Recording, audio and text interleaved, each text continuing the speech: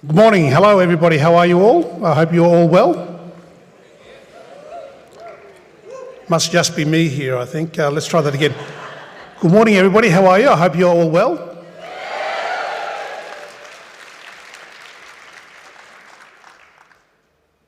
Thank you for being part of history. Whilst we go through the opening, think about that. Embrace it. Simple words. Recognition. Acknowledgement. Identity.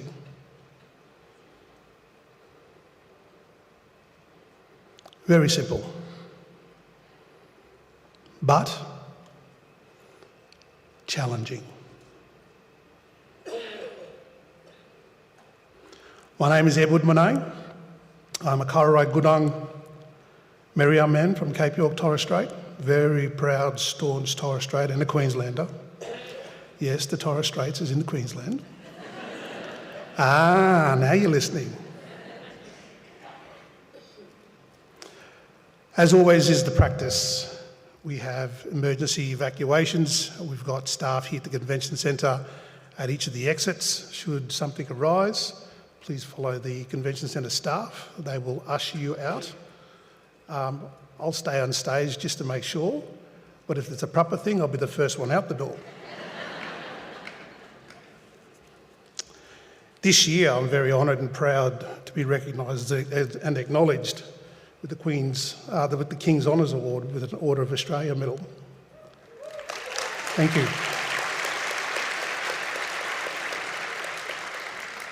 I wanted to get that in early before things get pretty busy, because it will get busy, but that type of recognition for First Nations people is quite significant when you look at healing and truth-telling for this country. To be recognised for something that you are extremely passionate in, and that is, for me, our people, all Queenslanders, to be inclusive, to love and embrace cultural change, but more importantly, that we are and will always be one people. Good morning, everybody. Thank you all for being here today for this significant occasion. We'd also like to welcome those who are watching all around Queensland and the Torres Straits. We will begin today with a welcome to country, traditional performances from Aboriginal and Torres Strait Islander dance groups, and always our practice, the opening prayer. After that, we'll move to the ceremonial hearing. I mentioned a couple of things earlier before when I first started. You might hear some things today that are distressing or may evoke strong emotions. If you experience distress and would like support, the inquiry encourages you to take necessary steps for your well-being. In the room today, there are two councillors, Leanne Lavinge and Jared Payne. Where are we? There they are. Put your hands up. Welcome and thank you both.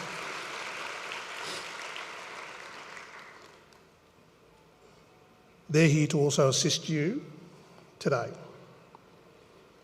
There are QR codes on posters around the room which will take you to the website with other support services if you need.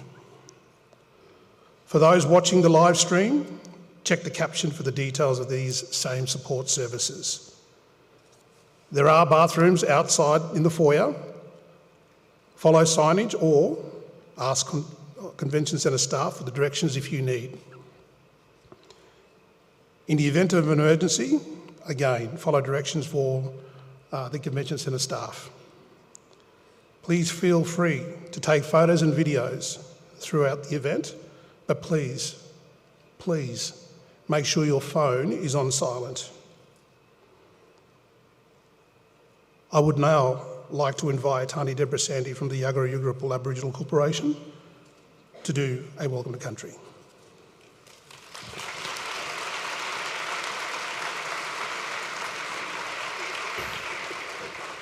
Maramba Biggie, good day.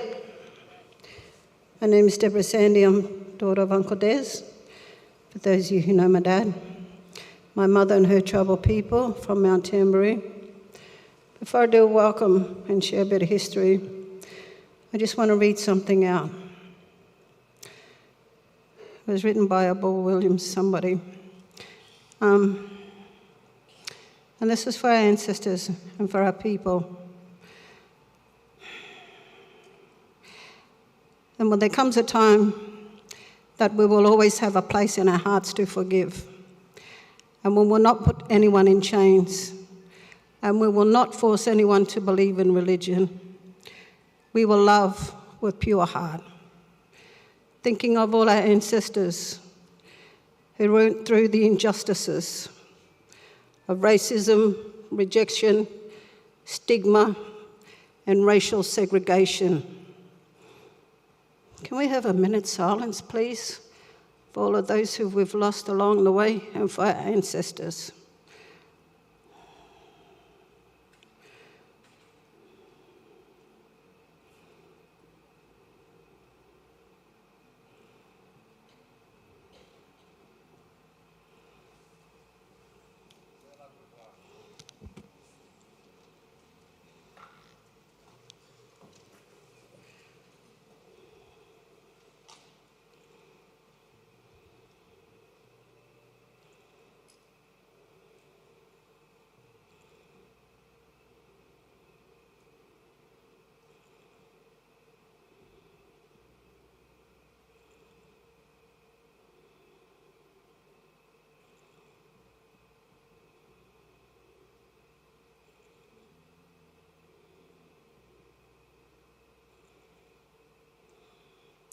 Thank you very much. So yeah, good morning. Like I said, my name is Deborah Sandy. My daughter Rayanne Sandy, I'm daughter of Uncle Des. And my mother and her tribal people, which are from Mount Tamborine, from the Coolums up on Tamborine, Wanjambara country, Yungabear's language. I'd like to acknowledge the ancestors here in Brisbane, Bungaree, which was born in Brisbane, Botanical Gardens, straight across the Rorrell, the river. So on the north side of the river, and the women's place and area, the Botanical Gardens.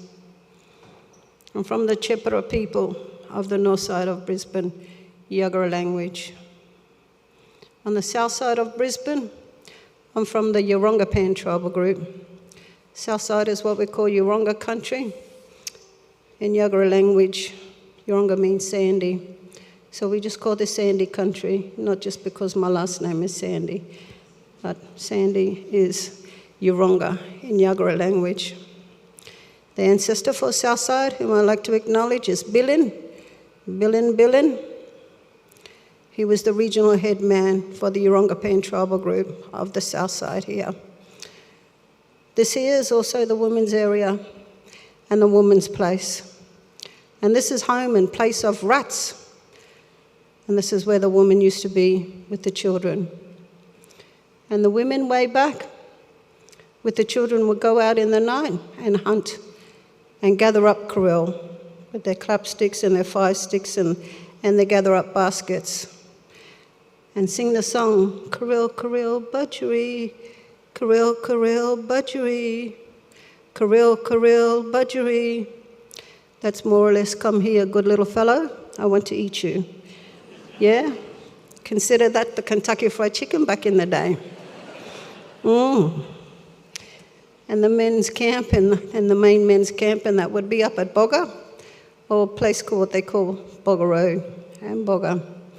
And, down towards Lake Kangaroo Point. So the women's burra used to be just up the back here where Musgrave Park is, our famous park, the meeting place.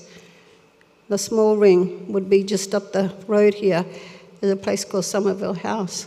So from that small ring leading onto the big ring and the pathway, which would come down through, is where the women used to have ceremonial stuff happening here. Highgate Hill too used to be smoke signalling place. down by the State Library, the bridge they call Krupa Bridge, and the Story Bridge were crossover points way back, where the people could walk across the river back and forth and put their children on their shoulders and walk back and forwards. As over the years, they dredged that river. And all the silt and sand, it builds up on those bends of the river. So therefore the people could walk back and forth. So it's what we call the crossover. The water is what we call the bill. Now, before I do customary welcome to each and every one of you here, as we are aware that there's over hundreds and hundreds of different tribal groups throughout Australia. Now, before you would march onto somebody else's country in tribal homelands, you would wait on the outskirts and the boundary for those people to welcome you onto their country. And I'd like to say good day too also to all the people out here in the camera and to the rest of Australia, wherever you are watching from. Marumba Biggie, good day. That means good day in Yagara language. Marumba is good and Biggie is day for the sun, so good day. And most of all, I'd like to pay my respects to elders, past and present, and each and every one of you here today. Because our elders, they are knowledge holders, and our knowledge bearers, and our knowledge keepers, and they're the ones who hand all things down to us and give us everything we need for our journey in our lives. So now, as I was saying just before I do customary welcome to each and every one of you all here, I got to know who you all are and where you all come from, right? Yeah. So what you all got to do is call out your name real, real loud and tell me where you all come from. Ready? 1, 2, 3. Oh, that's deadly. Yeah? Yeah. Jingawala Walu, Goodnam, Mugwai. On behalf of the Yagara people here of the Great Southeast Wiboka, welcome. Welcome each and every one of you here to this sacred place on which we meet and gather this morning. Wiboka, welcome. And like the stars of the Southern Cross, which help to guide and unite us, which brought each and every one of us here to this sacred place on which we meet and gather this morning. Wiboka, welcome. Now I'm going to punch out the welcome song, okay? Oh, Ray, you like to do the actions? Yeah, Ray's going to do the actions. That's our little welcome song, yeah? Ho Jinaja, ha Jinaja, ha Jinaja. Nile mill, oh Nile mill, oh Nile mill.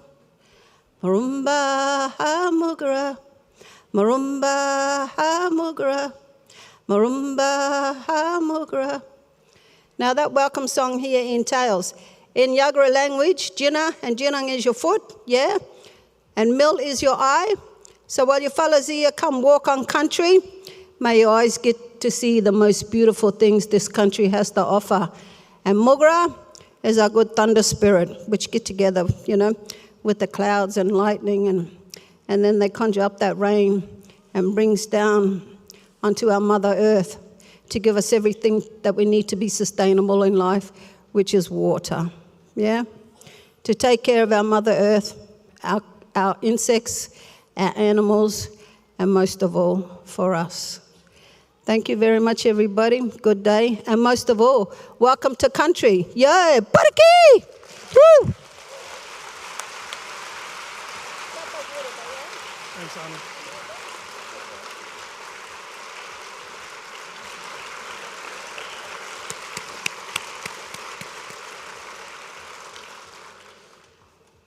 Thank you, Auntie Deborah, for that welcome. I would now like to invite Auntie Maruchi Baramba, songwoman and elder from the Turrbal Dapil, to offer a welcome to country as well.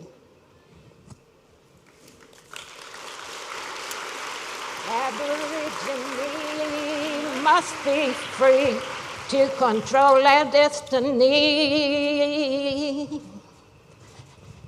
Aborigine must be free to control our destiny. Spirits of the land, Woo! Spirits of the land, they make a powerful force. Can't change the sun, the wind, the rain, or all the water's courses. For messing with the balance of the environment has shown to be destructive, a thing to prevent. For in traditional times, before the white sails come, the people of the dreaming and the land was one. For in Australia, the Americas, everywhere, the original people are entitled to a share. For yesterday's tales, they are a gruesome say, and those seeds of hate and anger must be kept at bay, because the dreaming journeys of the dispossessed, they have to continue to their place of rest. So Dreamtime children, know your sign. To take your part of the journey, it's a must to find. Are you a possum, shark, emu, or wallaby? Now search inside yourself. Go find your destiny. Yellow sun, black and red, sign of hope for the road ahead. White 5-point star on the green, black, blue, the guiding light we respect to. Respecting the yellow sun upon the black and red. That is our sign of hope for the road ahead. That white 5-point star on the green, black, blue with the dowry, guiding light we must respect too. Balamdiko, Gundul Numbaler, Balamdiko, Gundul Numbaler, Young Indai, Yan Girl, Gundai, Yan Go, Balamdiko, Gundul Numbaler, Balamdiko, Gundul Numbaler. Yadini Australian Naba Yagari Murumbaga Da Kolamai Kiperandang Alehu Begin Numbai Kita Milin Murumba Bulkari Yadini Australia Boo. Yadini Australia Boo means advance Australia in strength, and in particular the strength which is contained in wisdom. Bulkari Marumba Mianjanu, that's welcome to Brisbane in the language of the Turrbal people. Bulkari Marumba Karupanu, that's welcome to this particular place in the language of the Turrbal people. My name is Maruchi Barambo, which means the black swan from those people who sing up the wind, hence the painting on the back of my cloak.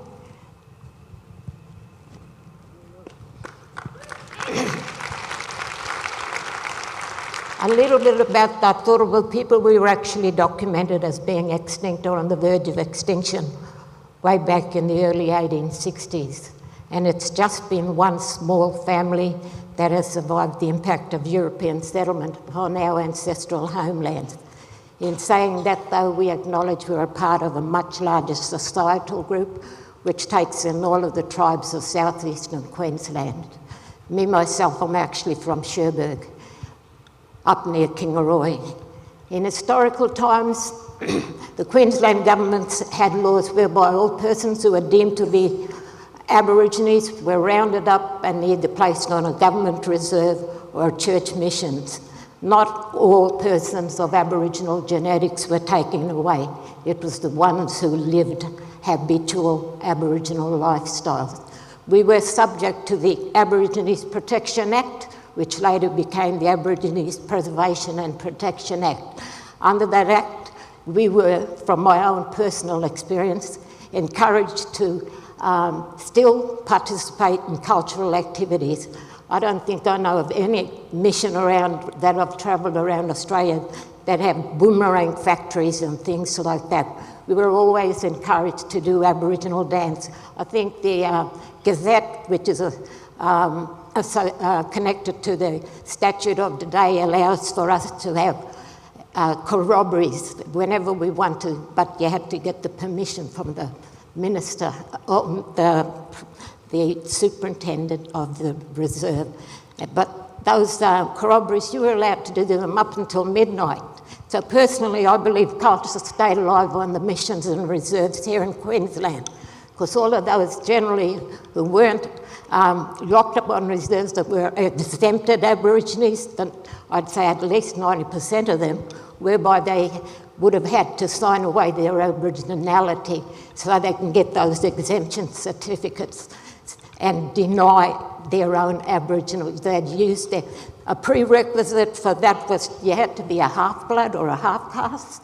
So they used their non-Aboriginal blood to deny their own Aboriginality.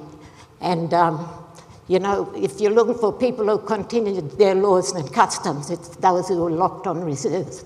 And in my case, I've got ancient blood to Baramba. I'm a Waka from a Baramba, Gubby from the sunny coast, of course, Turrbal from Brisbane, and the Gamilaroi from out at St. George, Mungandai, and Tallwood area.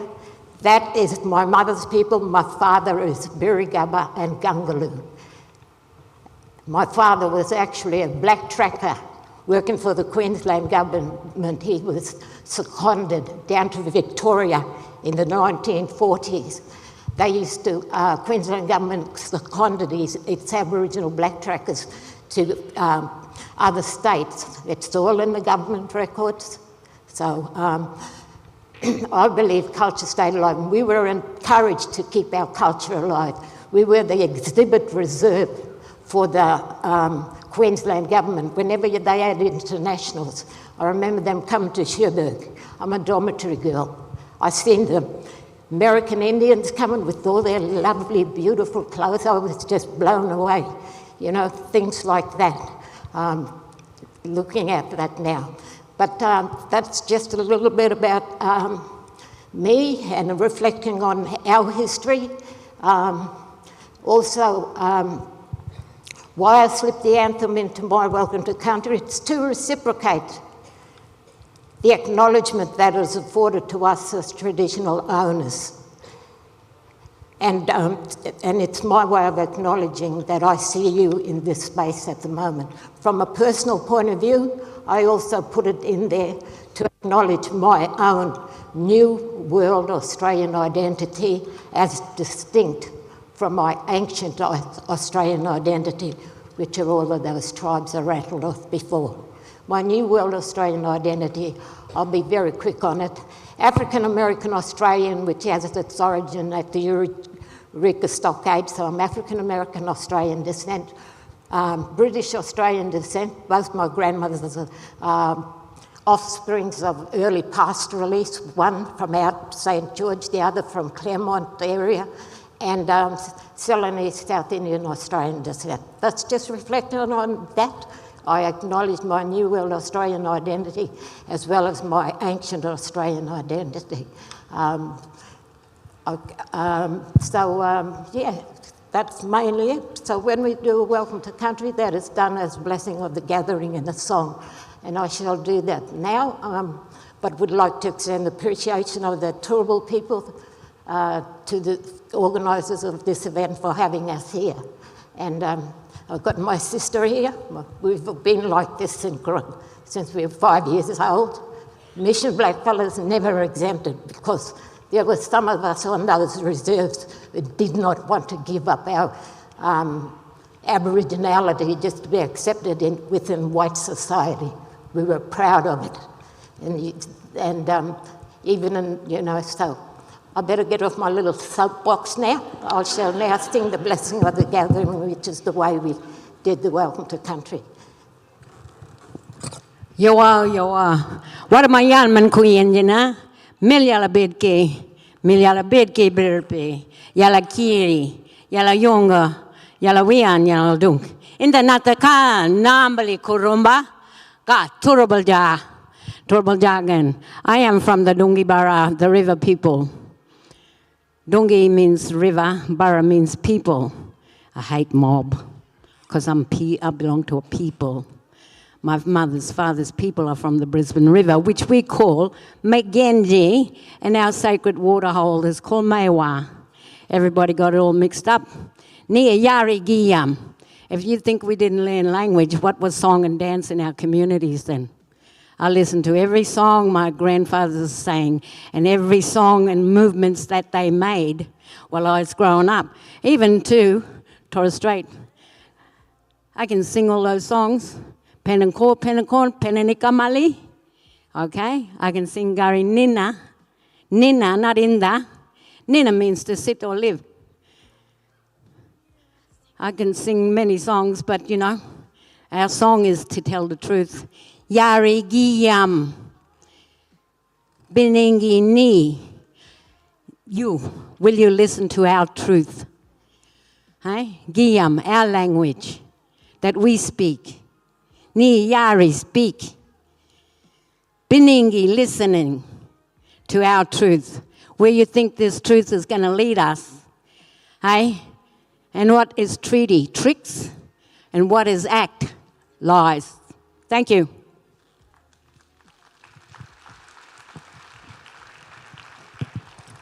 The blessing.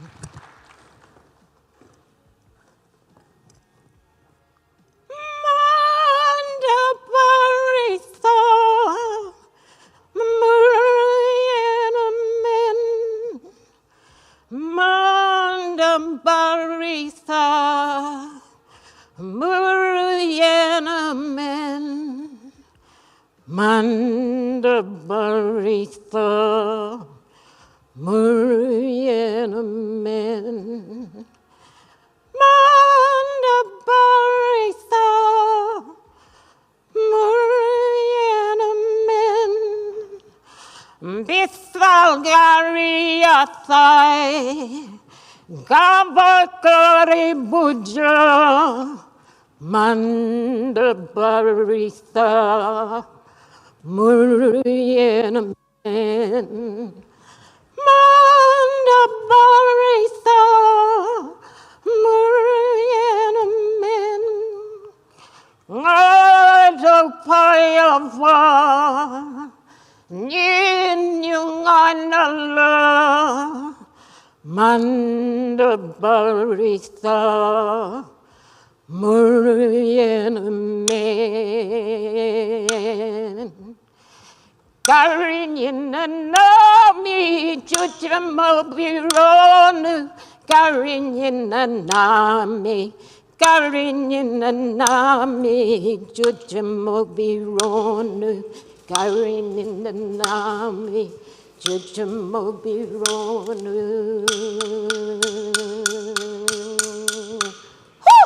you.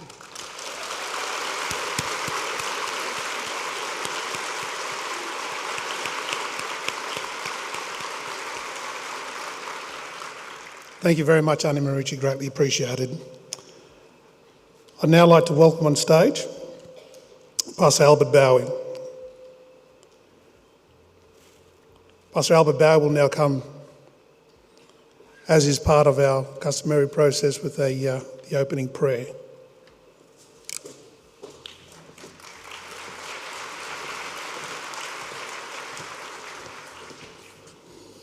Good morning, everyone.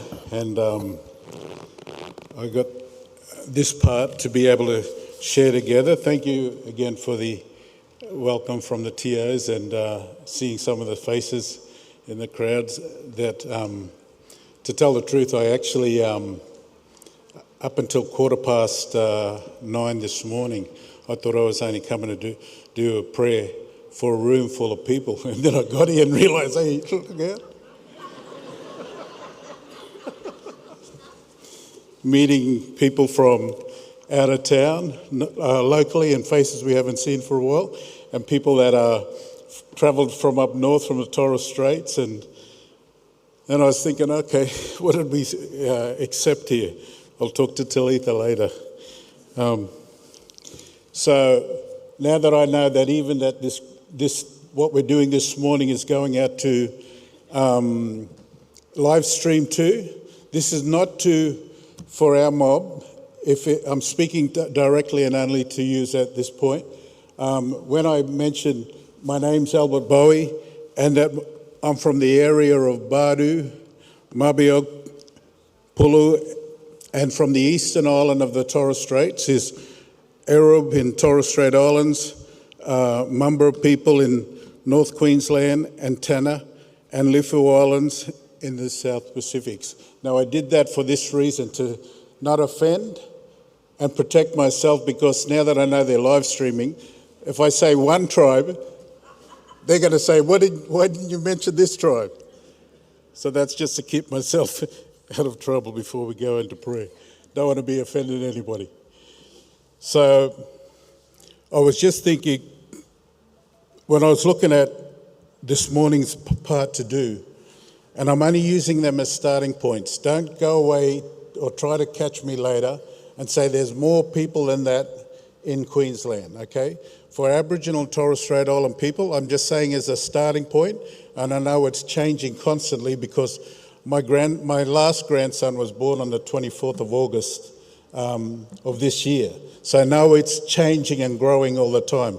So the people, and I just want to say one thing before we go have our prayer. I want to put out to this mob here that we're talking to, and I give you these numbers. There's 237,000 Aboriginal and Torres Strait Island people here within Queensland. 150 language groups that we know of in Queensland. And I would say to you, even before we pray, that the miracle of what we're asking for is that we will be able to walk forward to have this conversation for the truth-telling. And it's not just for yous, but I want to extend that invitation to all even from settlement time to the ones who are the new nation and new communities that have come to this land here, that you see the traditional owners, the historical owners to this area, that we welcome you to be part of our challenge and to be ambassadors and champions, to be able to go forward in this process which we've never able to see. But Sister said the minute of silence, but a moment of silence I wanted to see, that if we were able to be upstanding and do that as an acknowledgement for all those ones that have had and been a part of the historical timeline, to actually bring us to a place where we're gathered here in this room. Those who have fought before us, the aunties, the uncles, the grandfathers and the grandmothers, the elders, to you who stood to fight for recognition, acknowledgement, to where we're starting to find our way to what we're using here now with truth-telling. And I don't want it to be, it's not for the point, I hope, not to be confrontational, but for the idea that when we hear truth, that truth will invite us to a place for not only us as the tribes that are in this country of Queensland, but also for those who are coming to join with us to be ambassadors and champions for this idea, that we would be able to help people to embrace where we're moving forward in this truth-telling process. So I'd like us, if we could stand in respect to the people who have gone before us. And I was looking around, and I didn't want to name, I don't want to get in trouble for not naming any of those champions that I seen who were pastors and ministers of the past year. And I saw a couple of them, one of them, I'll give you a hint, one of them sitting over to my left there, and I went and gave them a big hug because I was thinking they should be doing this because they fought for this. But we have that opportunity to acknowledge those people who have gone before us. And I want just a moment of silence, 10 seconds, just to recognise those champions who fought for what we have here today before I pray.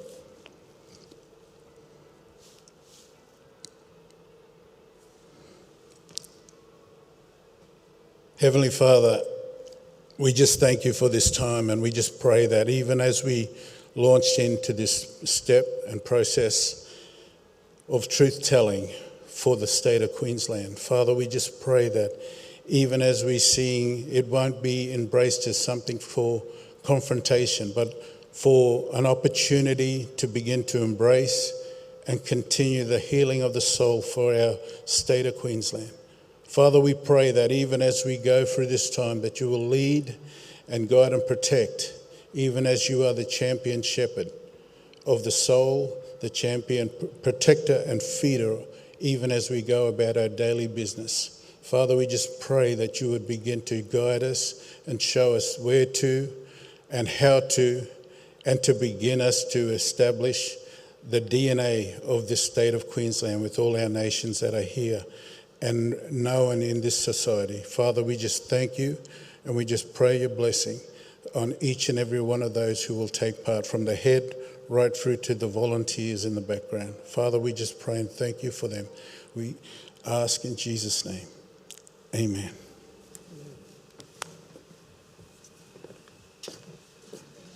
Thank you very much, Pastor Bowie. Greatly appreciated.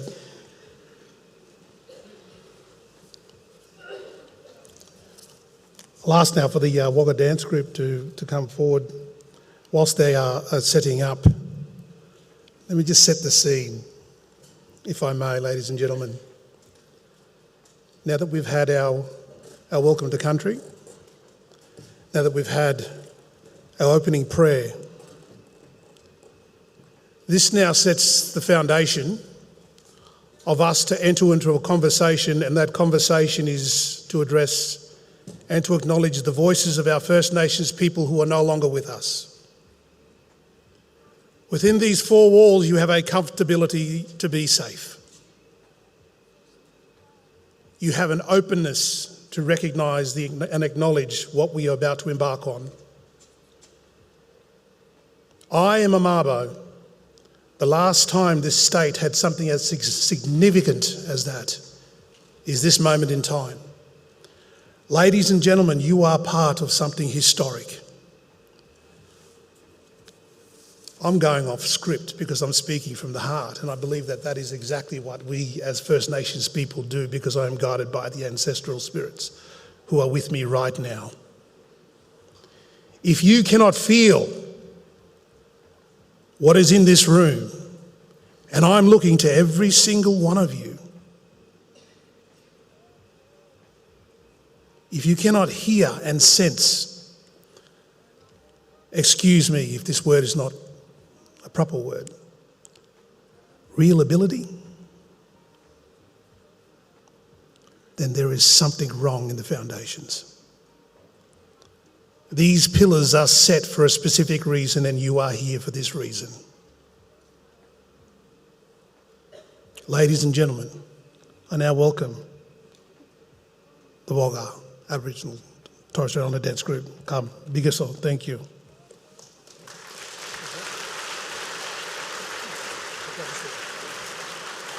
Nice show. Thank you.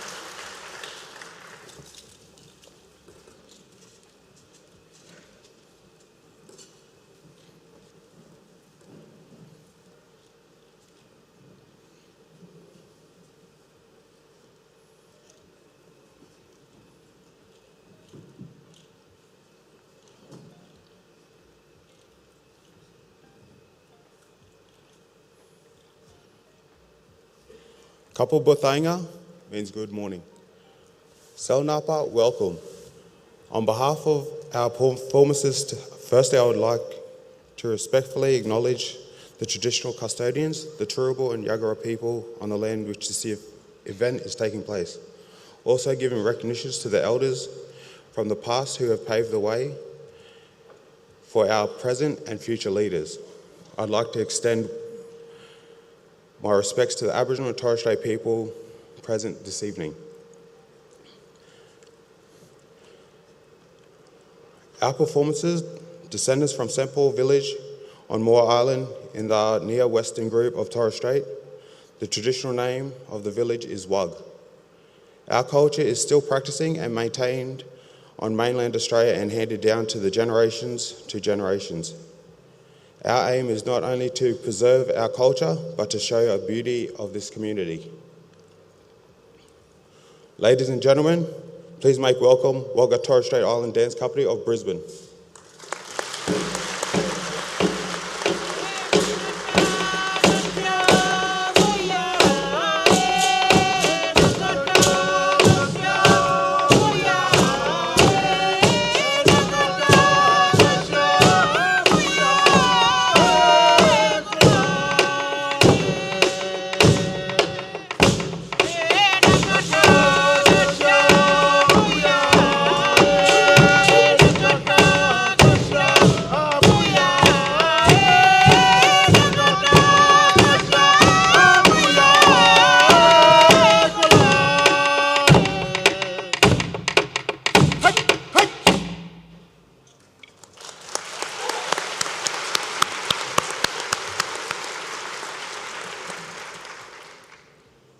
first performance is the Marab dance, known course Our Direction.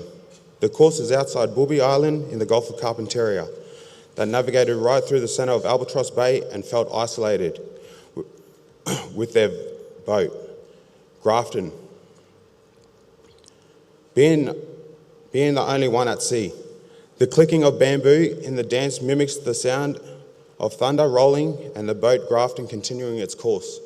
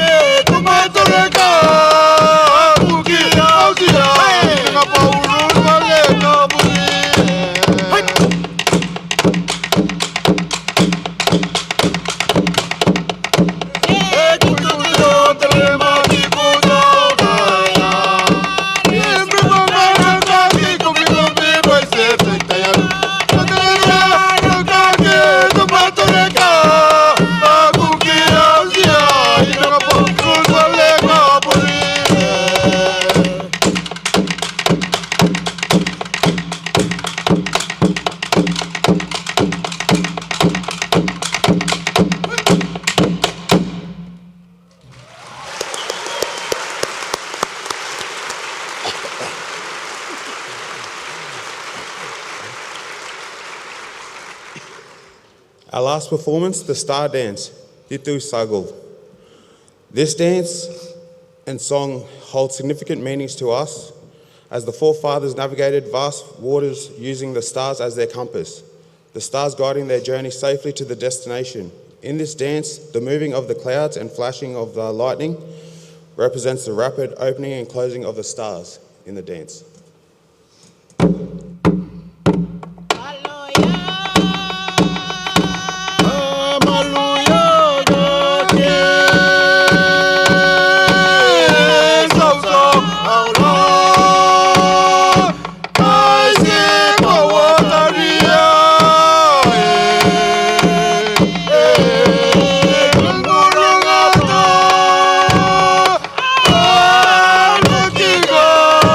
With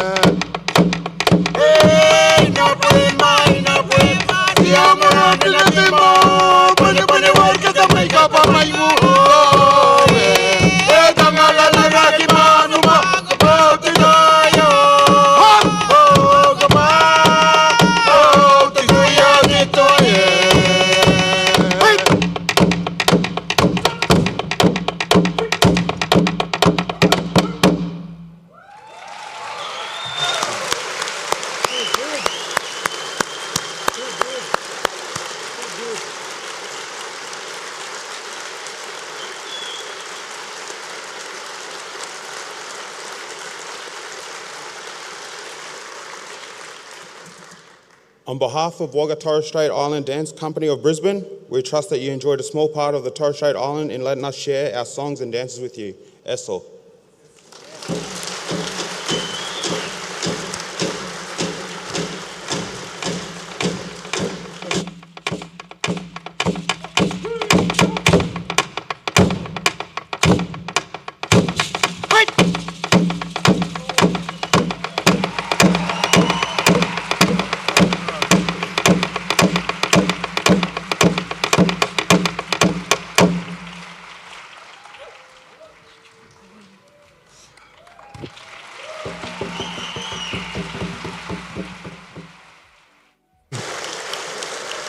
Please, ladies and gentlemen, that was just awesome.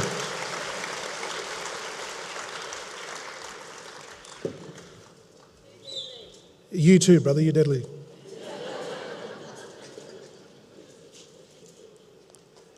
Some reflection before the formal proceedings start. I think it's really, really important in the song and dance that were performed a number of things. That our country is connected. The barrier reef is our symbol. It starts when we play yarn from the Torres Straits, it comes all the way down. To our people down in New Zealand, Aotearoa, there's this massive circle that comes back. And in some way in between, our waterways are connected. We navigate through the stars. Our seasonal hunting and change, it's not scripted, it's real. And having this visibility connects us all as one people. Now we are at that stage where I will stay here and continue to support every single person in this room. Massive thank you to our dance performers, big us all. To our aunties and uncles, to the Welcome to Country. Acknowledge you, thank you very much for that. Well, we're at that junction where the ceremonial hearing will now commence.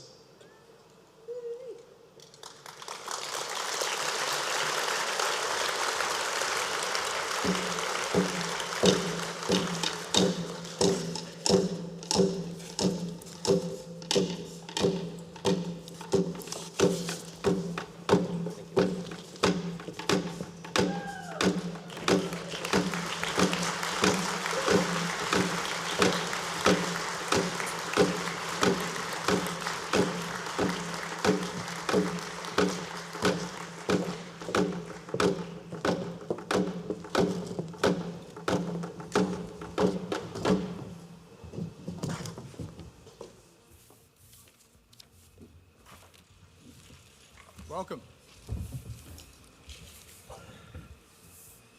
I'd like to start by acknowledging the traditional owners, the Yuggera and the Turrbal people. Would like to acknowledge Auntie Deborah, Sandy, Marichi Baramba for their welcomes this morning. And I'd like to welcome all of you. It's really pretty powerful to sit up here and look at all these faces. When we booked the room a few weeks ago, we never realised we'd have such a big audience, so we were scrambling last week to fit everybody in. And that's a credit to all of you who've come along and supported today. There are many distinguished guests in this room, and I won't get the opportunity to acknowledge them all, but there are a few I'd like to mention before we start. Particularly over here, Commissioners Travis Lovett and Commissioner Sue Hunter from the York Commission have come all the way up from Melbourne this morning to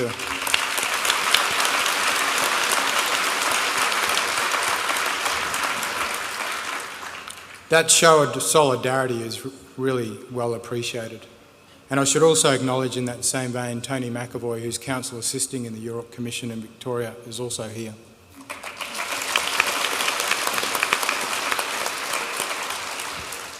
I'd like to acknowledge Minister Enoch, members of Parliament. There are a number of judges and former judicial officers in the room,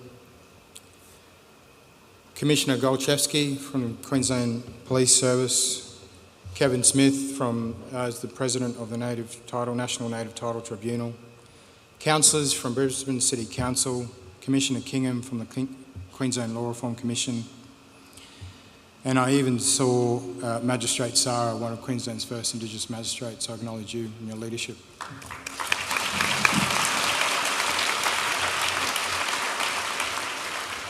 Before I commence my opening remarks, I should allow our council assisting to introduce themselves. Today is an opportunity for all of you to hear about our work and our plan with the inquiry, how we conduct our affairs over the next 3 years, before we then commence our evidence on Wednesday. Before I do that, I'll allow Angus to introduce himself. Thank you, Mr. Chair and members of the inquiry. My name is Angus Scott of King's Counsel. I appear on behalf of the Director of Legal to assist the inquiry. My name is Malia Ben and I appear as counsel on behalf of the Director to assist the inquiry. All right, let's do it. I welcome all of you to the ceremonial hearing of the Truth Telling and Healing Inquiry in Brisbane. Truth telling is not about dividing people, and in fact it should be used as a tool to unite us. I think the presence of so many here today and so many watching at home is testament to the ability this inquiry will have to unite. None of us here today are responsible for what occurred in days long past. The object of the inquiry is to establish an authoritative public record about the past and its consequences, to enable an honest conversation about the past and what has been done, and what we want for the future, and in doing so, to assist in the process of healing.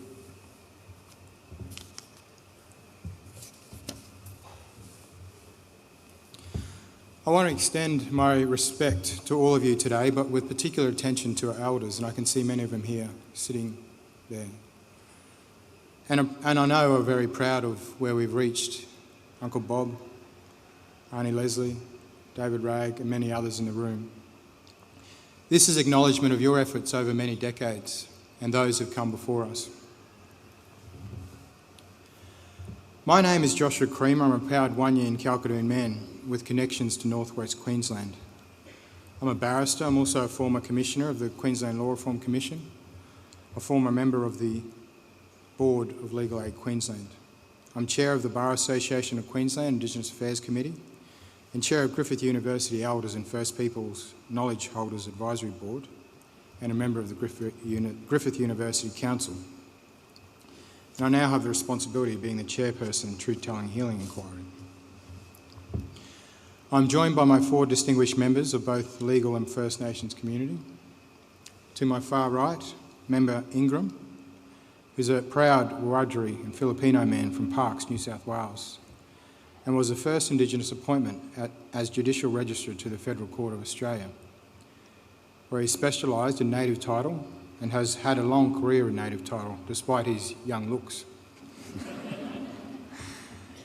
He's also experienced human rights and First Nations governance. Member Ingram has held several governance roles with Indigenous and non-Indigenous organisations, both domestically and internationally. To my inner right, Cheryl Buchanan, who really does need no introduction, but I will... Yeah, thank you.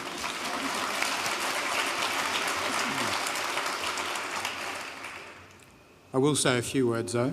Member Buchanan is a proud Gwamu woman and lifetime campaigner for Aboriginal rights, social and environment justice. She is a renowned publisher, playwright, author, speaker, director, teacher, lecturer and traditional dancer, and comes today dressed in her traditional wares. To my immediate left, Vonda Malone. Member Malone is a Torres Strait Islander woman with connections to Arab, Darney Island and Cape York, with extensive professional experience in working to improve the health and well-being outcomes for the region, along with encouraging women and people in regional and remote communities to pursue leadership opportunities. To my far left, the Honourable Rosalind Atkinson, AO. Member Atkinson is a former judge of the Supreme Court of Queensland, during which she served as chair of the Queensland Indigenous Justice Committee and was a member of the National Indigenous Justice Committee of the National Judicial College of Australia. So all of my members, I say thank you.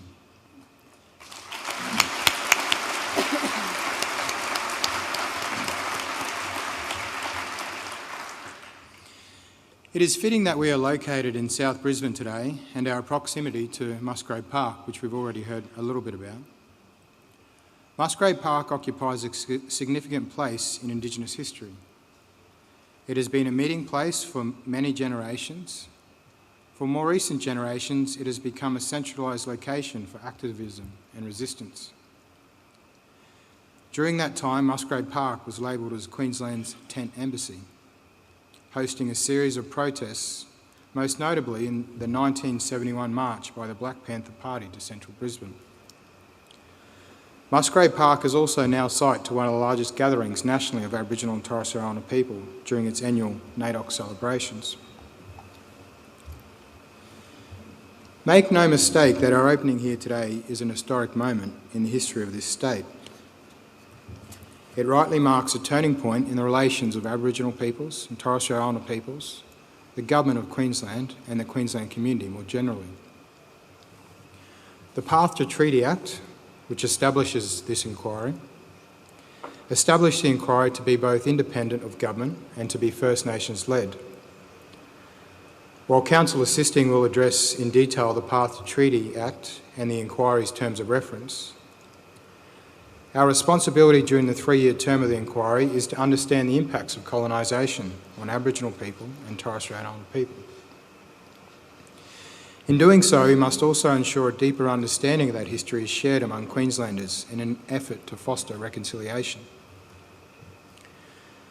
The inquiry is concerned with the past and the present, delivering a more complete picture of our past and understanding the barriers that exist at present. The First Nations Treaty Institute, through the leadership of the Treaty Institute Council, of which Pastor Bowie is a member, is concerned with building the framework for the future relationship between Aboriginal people and Torres Strait Islander peoples and the state. Past, present and future, all captured in the Path to Treaty Act. The inquiry and the Treaty Institute are independent of each other, but the learnings from the inquiry will contribute to informing the treaty-making process. If you haven't had an opportunity to read the Path to Treaty Act, I encourage you all to do so.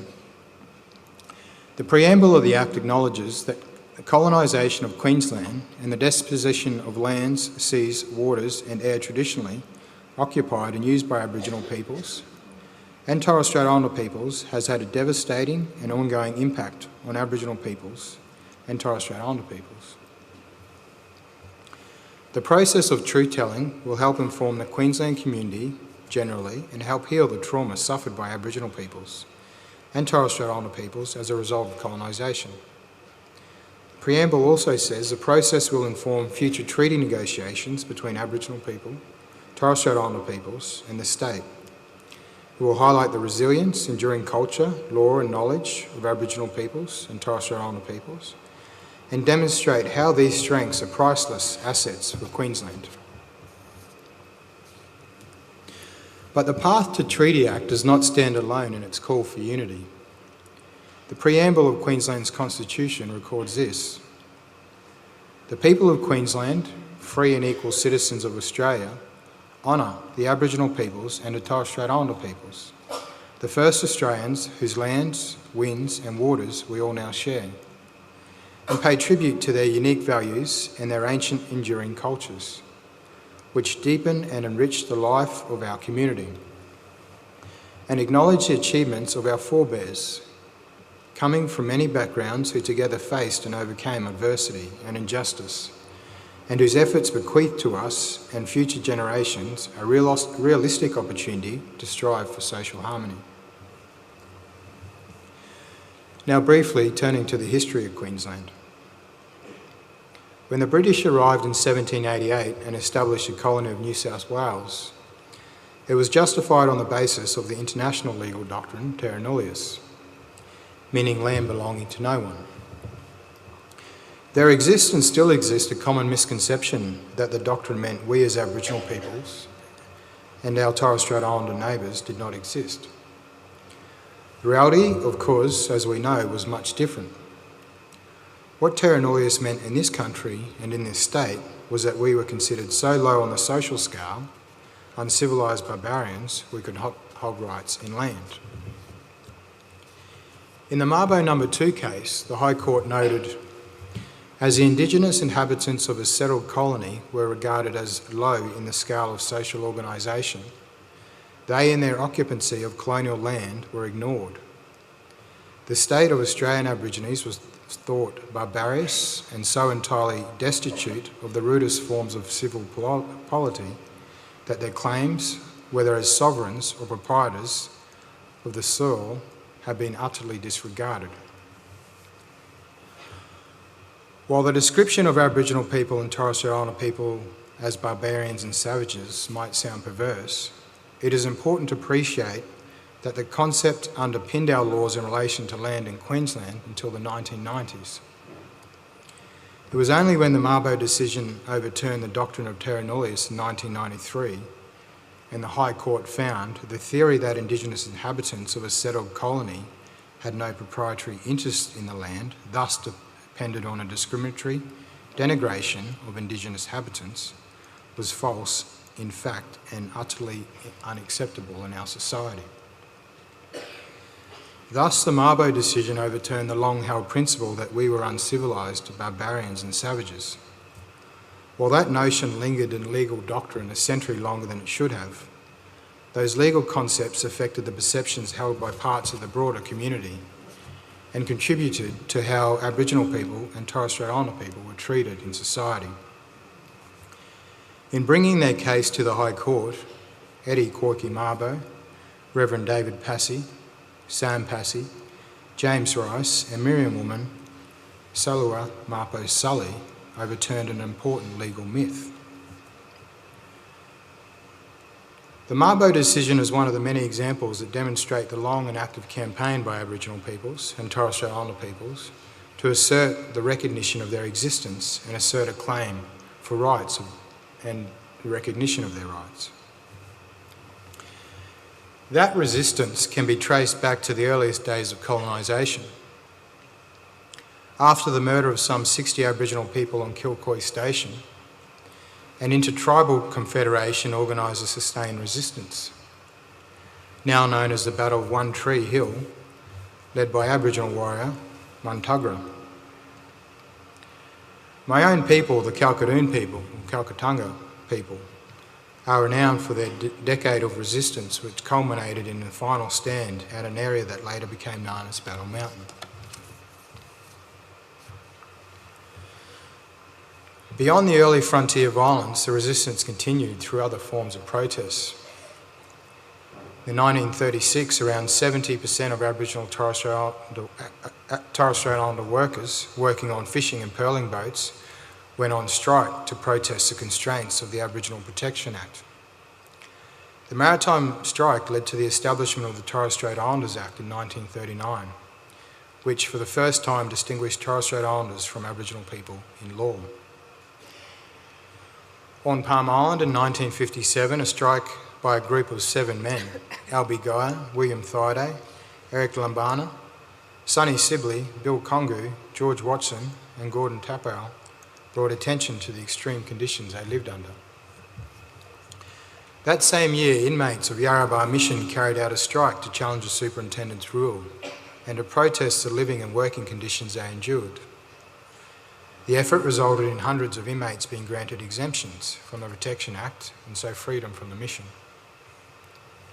And from the 1950s, Aboriginal communities on Cape York were united against government actions aiming to displace them from their lands for the pursuit of mining interests.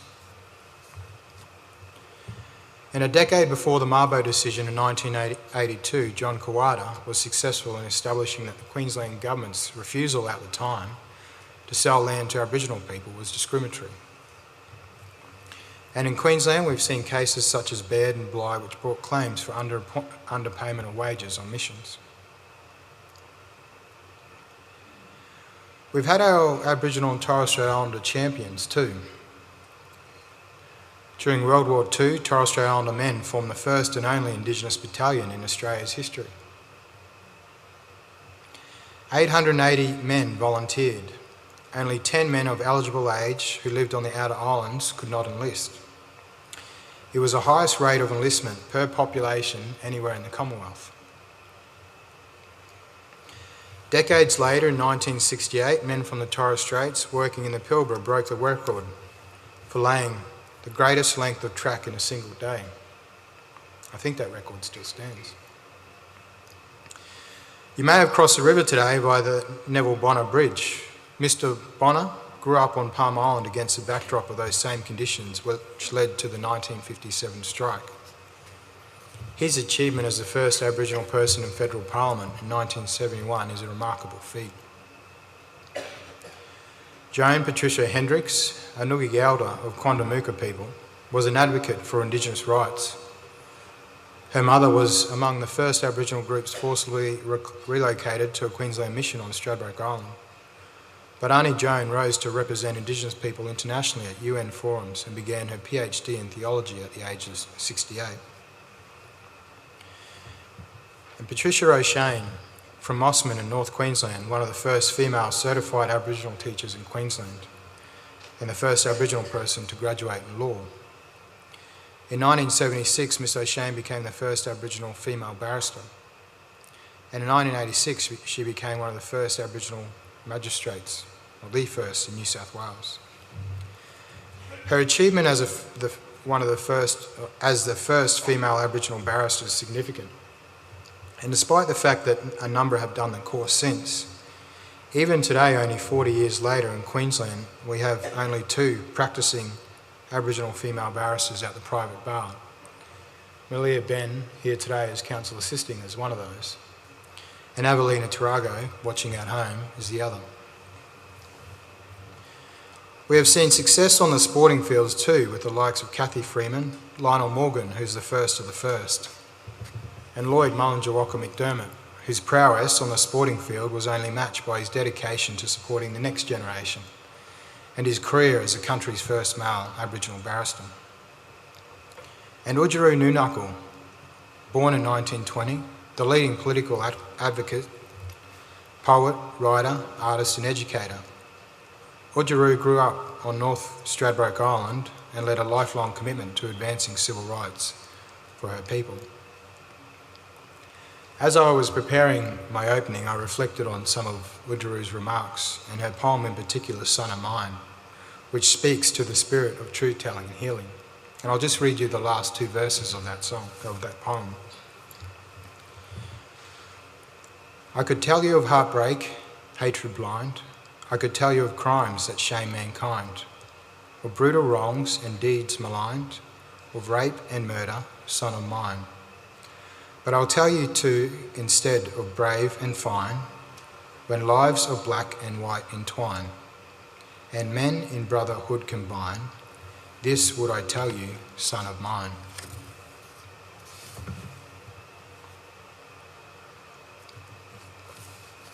As Oodgeroo so beautifully captures, the fight has not been ours alone. There are many examples of allyship. One such example is John Mortimer of Moonumba Station. In 1860s, he wrote in the Brisbane Courier, aiming to bring attention to the indiscriminate shooting and killing of Aboriginal people on his station, some of whom, he said, were employed on the station for nearly a decade. Those events were later considered by the 1861 Select Committee on the Native Police. Charles and Henry Dutton of Bohenia Downs, where Henry is reported to have once threatened a native police officer with a revolver to prevent him from harming a group of Aboriginal people. In 1871, Alfred Davidson wrote to the Aboriginal Protection Society. He says this: "I'm trying to do something different for the Aborigines, but it's a very difficult and discouraging subject." He explained that members of Parliament openly admitted shooting Aboriginal people while objecting to any attempts to ameliorate their condition. The murders of these men, he points out, are publicly avowed and admitted. Davidson was later joined by Roman Catholic priest Duncan McNabb, who is said to have lobbied the Vatican and the Colonial Office for action against the killings of Aboriginal people in Queensland. And lastly, Carl Fieldberg, whose opening paragraph in a campaign in the Queenslander in 1880 stated, This in plain language is how we deal with Aborigines. They are treated exactly in the same way as the wild beasts or birds the settlers may find there. Their goods are taken, their children forcibly stolen, their women carried away.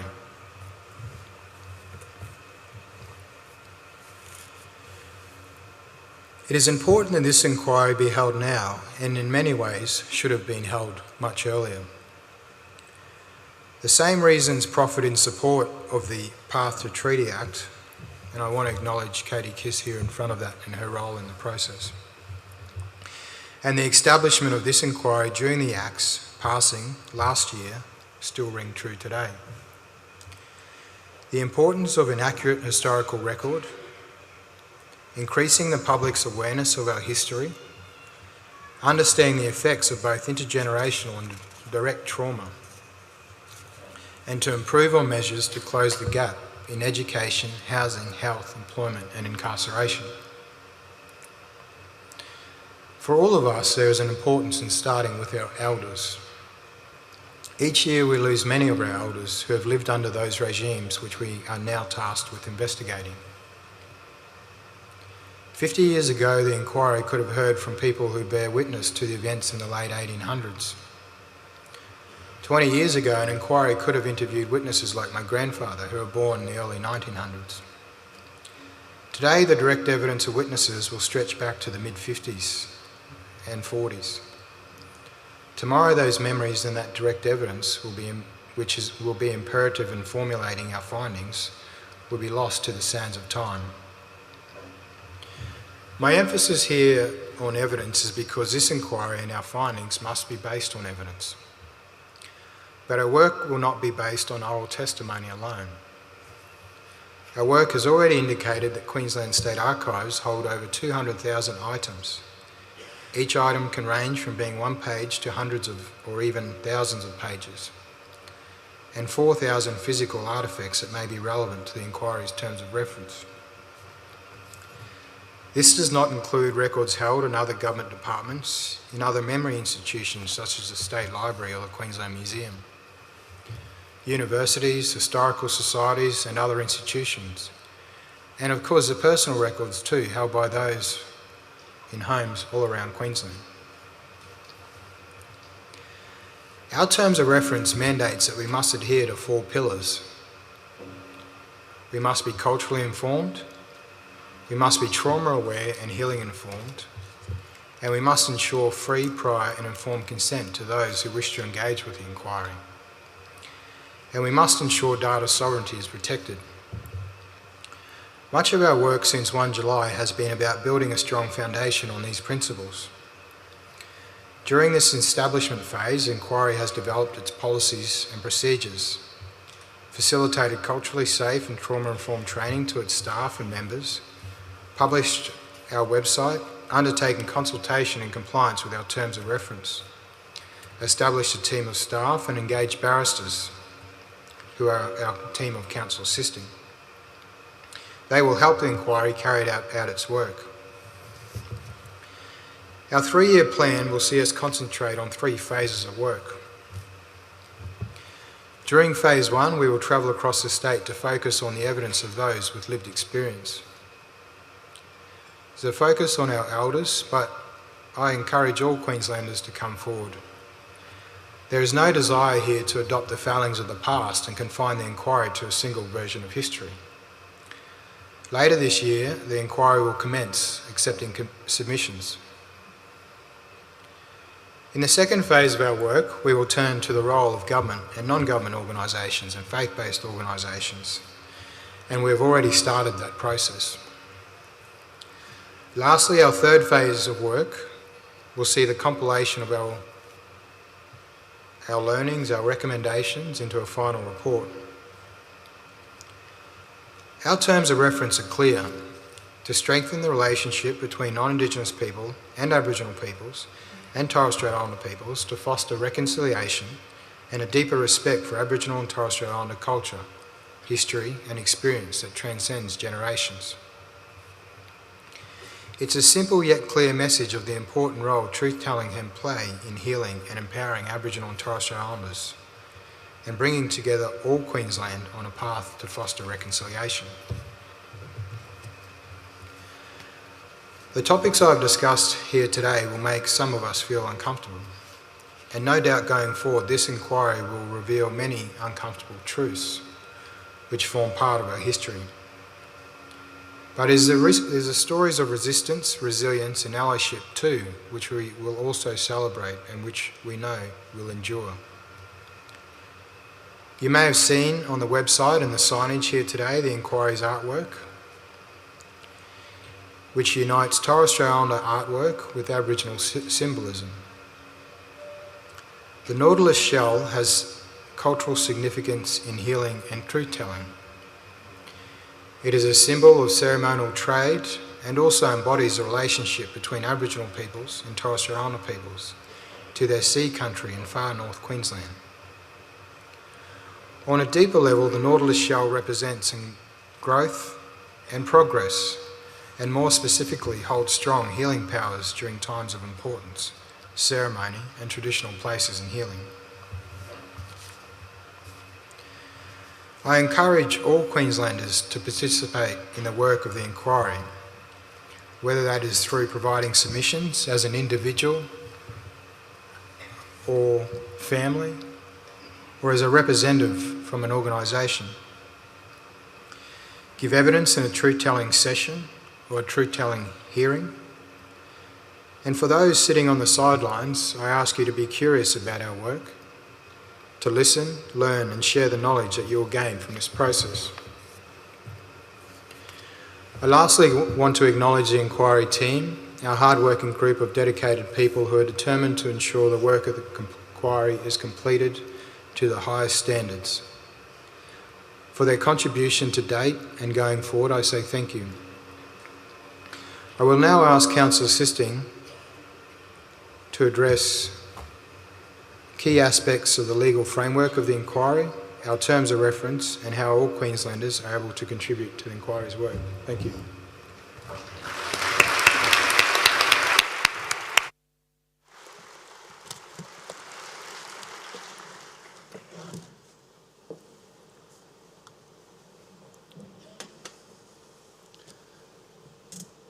Thank you, Mr. Chair, and members of the inquiry. At the outset, can I acknowledge the Yagara and Turrbal people of Meanjin. I pay respect to their elders, past and present, acknowledging their connection to this physical place. And I acknowledge the traditional law and customs that have been practiced here and that are still practiced here to this very day. I also acknowledge all First Nations people here today, including those of you who are tuning in on the live stream. On 12 September 1824, the traditional owners of Redcliffe were doing there what they had done for thousands of years, raising their families and thriving from the food and resources of the land and the sea of the area. However, on that date, everything changed. A boat carrying British officers and convicts landed and established the Moreton Bay Penal Colony. In May 1825, the colony was moved to a location near present-day North Quay, just across the river from here. The impact of colonisation of what is now called Queensland on Aboriginal and Torres Strait Islander people was profound. By 1842, free settlers were permitted to enter Queensland, who then progressively fanned out across its vast landmass, taking up grants of land from the government. There was violent conflict between the settlers and the local Indigenous peoples who had not consented to the seizure of their lands. There were murders committed, battles fought, and massacres inflicted. The Indigenous peoples of Queensland faced profound challenges and restricted access to their traditional resources, resulting in severe hardship and starvation. Amid these circumstances, substances like alcohol and opium, commonly used in non-Indigenous communities, added to their suffering. It is estimated that before colonisation began in 1824, the Indigenous population of Queensland was between 200 and 100,000 people. By the end of the 1800s, it was around 25,000. In 1897, the Aboriginals Protection and Restriction of the Sale of Opium Act, commonly referred to as the Protection Act, was enacted. This act was ostensibly enacted for philanthropic goals of protecting Aboriginal people from the effects of colonisation.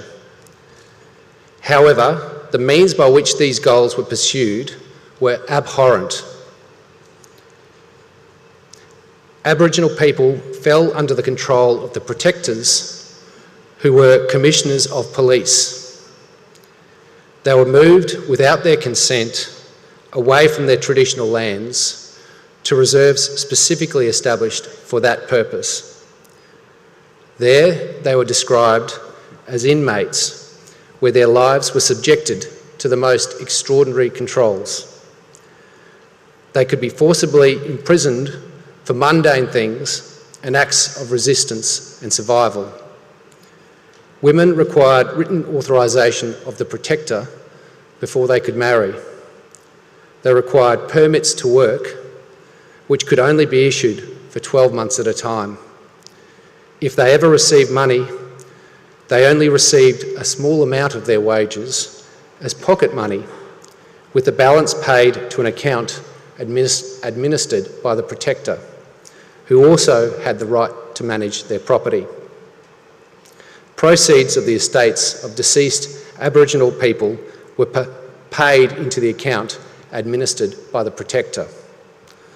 The funds in that account were not regarded as funds owned by the individual Aboriginal people whose wages and property they had been generated from.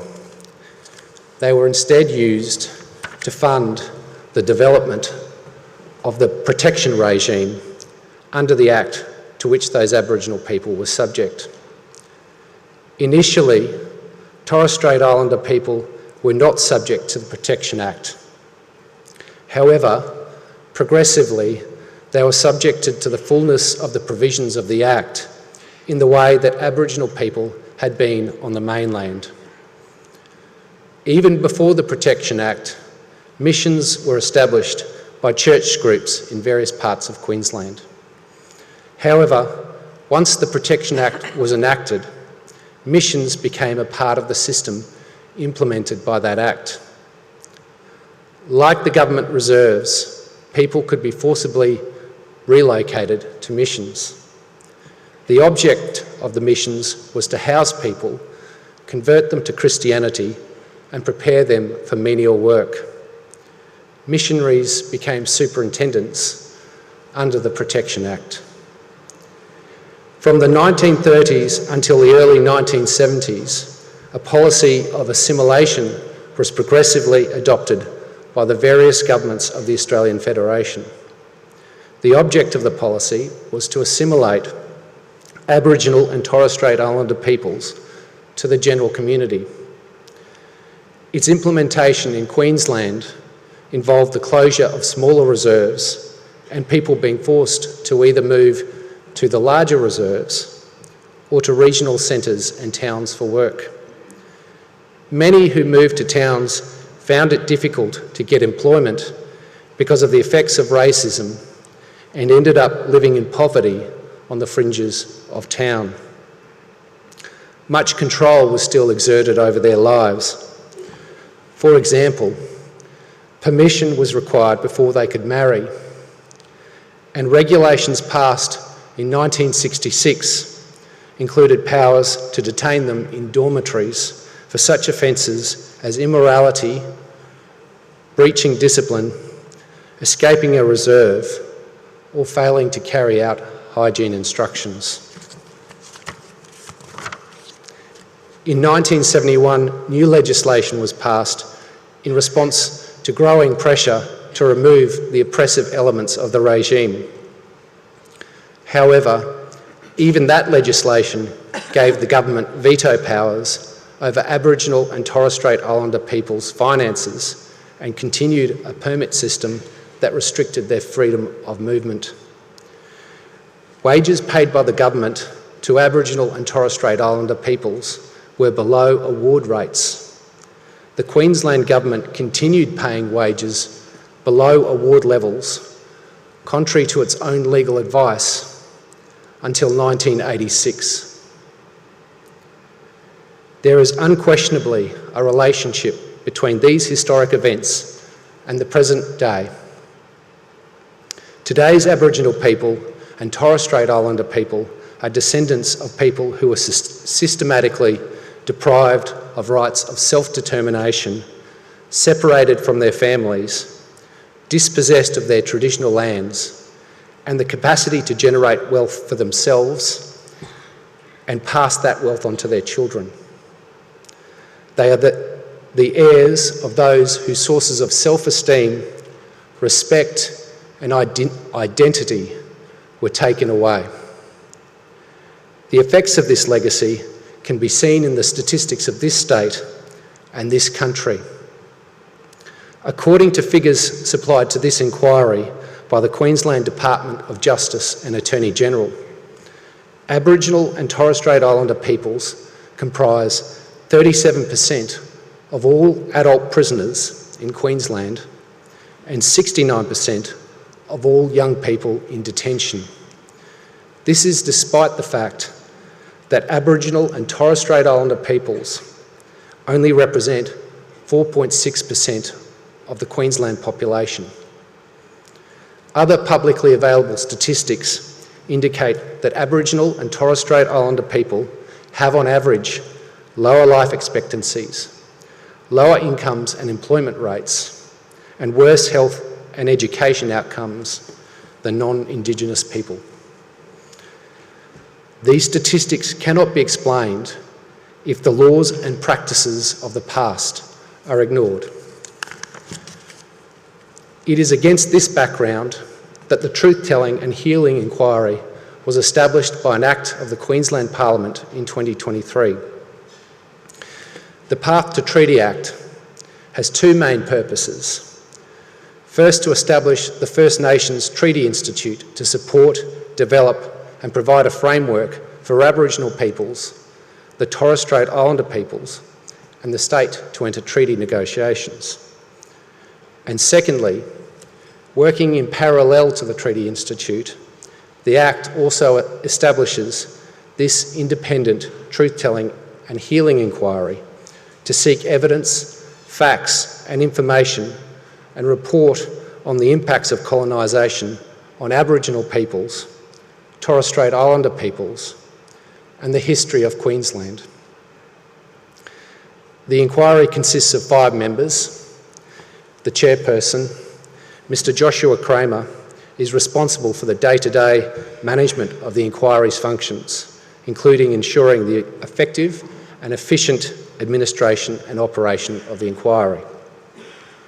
The inquiry has been established to carry out its functions over 3 years, both independently and in the public interest. Finally, it must furnish the government with a report containing its findings about the matters that it is required to inquire into and any recommendations that arise from those findings.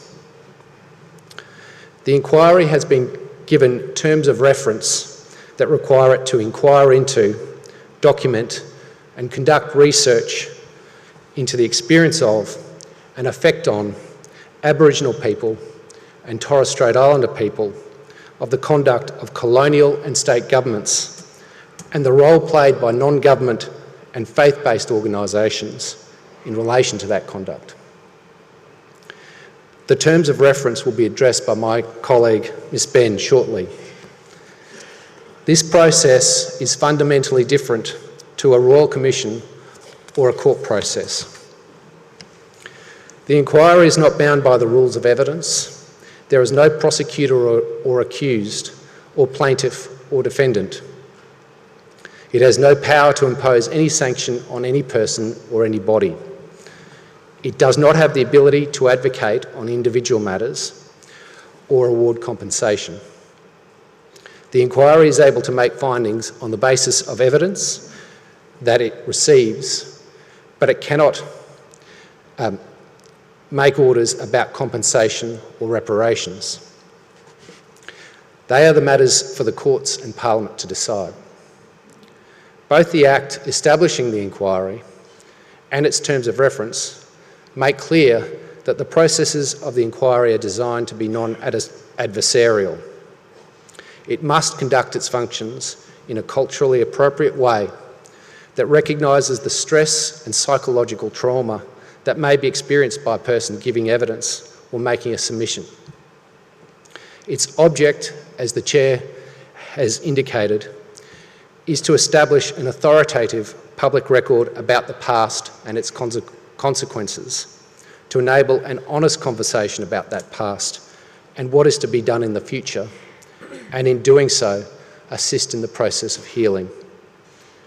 It is also, as the terms of reference of this inquiry acknowledges, an opportunity to record and disseminate stories of resistance, resilience, achievement and excellence by Aboriginal peoples and Torres Strait Islander peoples in all walks of life. The community can therefore expect to hear such stories throughout the life of this inquiry. Storytelling supports social and emotional well-being in Aboriginal and Torres Strait Islander cultures. It has been around for thousands of years and is expressed through dance, ceremony, song, paintings and oral traditions, culture, spirituality and relationships to country. Consistently with the important functions of the inquiry, during truth-telling sessions and hearings, members have the same legal protections as Supreme Court judges. Additionally, whilst it is acknowledged that the design of this inquiry provides for a non-adversarial process, some further protections are needed to ensure that it can carry out what will, at times, be difficult work. Those further protections have been sought from the government, and it is hoped that they will in due course be provided. As have been apparent from my brief historical overview, there will be events relevant to the inquiry's terms of reference that living Aboriginal people and Torres Strait Islander people will have either themselves witnessed or been told about by now deceased relatives. The evidence of these Aboriginal people and Torres Strait Islander people will be of enormous benefit to the inquiry in how it will do its work. I encourage those people to come forward and share their stories with the inquiry. It will be of great assistance to the inquiry. However, as you, Mr. Chair, have acknowledged, with the passage of time, elders who can share their lived experiences continue to pass. It is vital that this inquiry commences its work now so that the opportunity to record those experiences is not lost. One consequence of the extraordinary controls over the lives of Aboriginal people and Torres Strait Islander people that was implemented by the Protection Act regime is that it generated an enormous amount of records about the lives of the people, the subject of the regime. The Queensland Government still retains those records to this day. The availability of these records, along with the evidence of Aboriginal people and Torres Strait Islander people of their lived experiences, presents the inquiry with the opportunity to establish the authoritative record about the past that this inquiry was appointed to provide. With these matters in mind, it is necessary to say some things about how the Act has defined the powers of the inquiry and how it will do its work. There are some similarities with powers for other inquiries. However, there are differences. Recognising the need for this inquiry to be conducted in a culturally safe and respectful way as a step in the process of reconciliation contemplated by the terms of reference.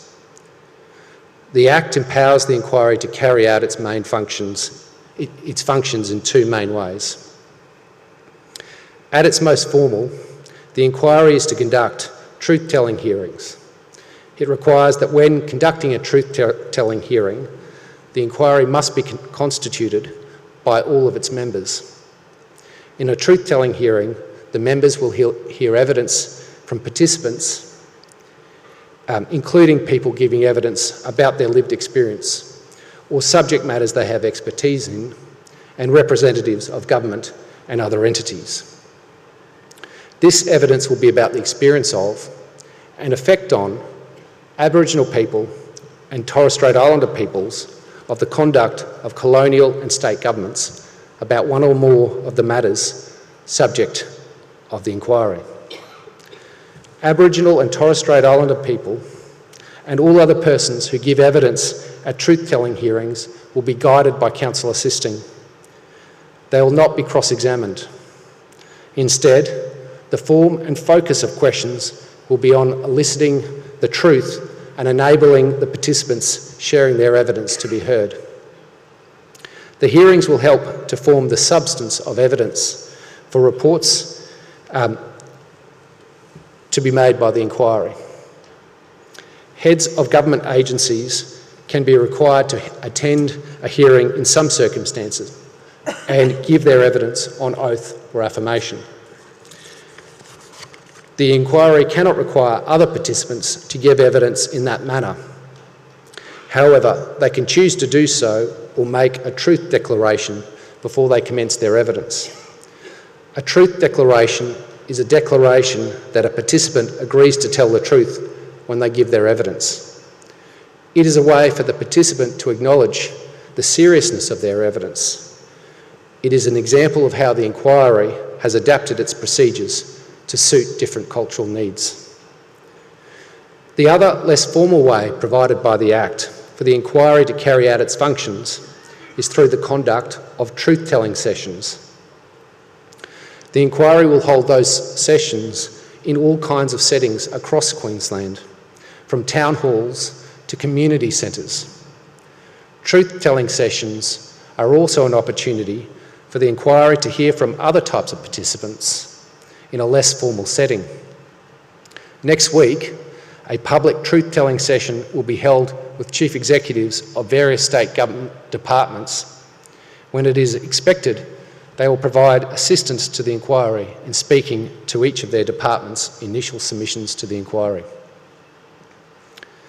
Consistently with the requirement that the inquiry promote public awareness, truth-telling hearings and sessions will generally be held in public, but they can be held in private too. Hearings, sessions and other submissions can also be recorded, sometimes live streamed, and otherwise shared via the inquiry's website so that members of the public can easily view that material. Members of the public are also welcome to attend truth-telling sessions and hearings. However, it is appreciated that there will be many stories that this inquiry will hear that are not appropriate to be told publicly because, for example, they contain culturally sensitive information. Consistently with the principle of free, prior and informed consent, a person who does not want a document or other thing that they give at a truth-telling session to be recorded may ask that that document or other thing not be recorded. In that event, the inquiry cannot record the document or other thing. The inquiry also has the power to hear those stories in a closed session or hearing if asked by the person or on its own initiative. The inquiry has developed detailed guidelines for the conduct of truth-telling sessions and hearings. They have been based on principles designed to ensure that the inquiry proceed in a culturally safe, trauma-aware and healing-informed manner. The guidelines also recognise the need for the inquiry to afford natural justice and set out a process whereby interested persons and entities can apply for leave to appear at the inquiry's hearings through legal representatives. In order for the inquiry to produce an accurate record of the historical and ongoing effects of colonisation, natural justice requires that parties who may be affected by its findings must have an opportunity to be heard too. The guidelines will be able to be found on the inquiry's website. Finally, I note that while today is the first formal hearing of the inquiry's work is already well underway and much has already been achieved. I note that the members of the inquiry have been consulting with the community and attending community events since its establishment. Much work has been undertaken by the members of the inquiry's staff to identify sources of evidence and other information that will be vital to its work. Already, invitations for submissions have been issued to 14 government departments, and the information provided in response has been extremely helpful in progressing the work of the inquiry. We acknowledge the goodwill and cooperation of those departments and agencies in providing considerable amounts of information to the inquiry at this early stage, and those chief executives, some of whom are here today. Starting on Wednesday this week, the inquiry will hold its first truth-telling hearings in Brisbane. Ms. Ben will talk about that hearing more. I encourage members of the community who want to learn more about how the inquiry has been undertaking its work and its process to access the inquiry's website, where they can find detailed information about those matters. Mr. Chair and members of the inquiry, that concludes what I have to say today. I will now invite my colleague and Mamu and Gunganji woman Malia Ben to continue this opening on behalf of Council Assisting.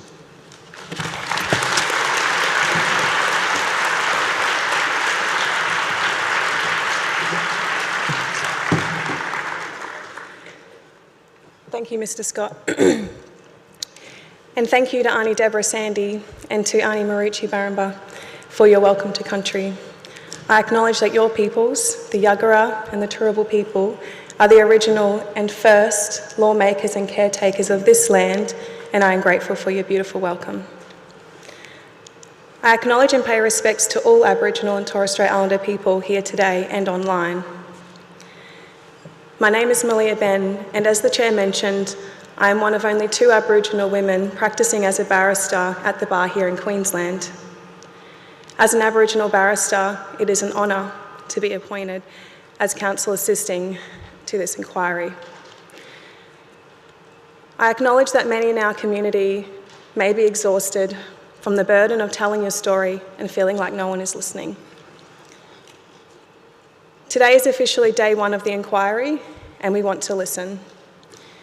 The inquiry is your way of telling your truth, your story, and to be listened in a safe and respectful way, where you will have your say on how it is recorded as a part of this history in this state, Queensland. I'm going to cover 4 areas of the truth-telling proportion of the inquiry.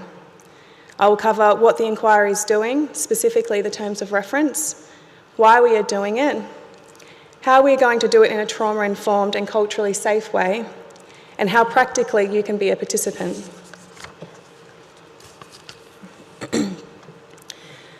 Section 65 of the Path to Treaty Act required a term of reference. That includes matters that the inquiry must have regard to in performing its functions and all other things that have not otherwise been provided for by the Act.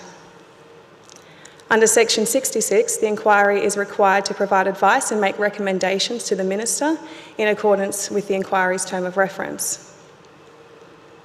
In May 2024, the Truth-Telling and Healing Inquiry's terms of reference was prepared by the Minister of Treaty, Aboriginal and Torres Strait Islander Partnerships, Communities and the Arts, and provided to the inquiry, which outlines the objectives, scope and outcomes of the inquiry. So firstly, what is the inquiry doing?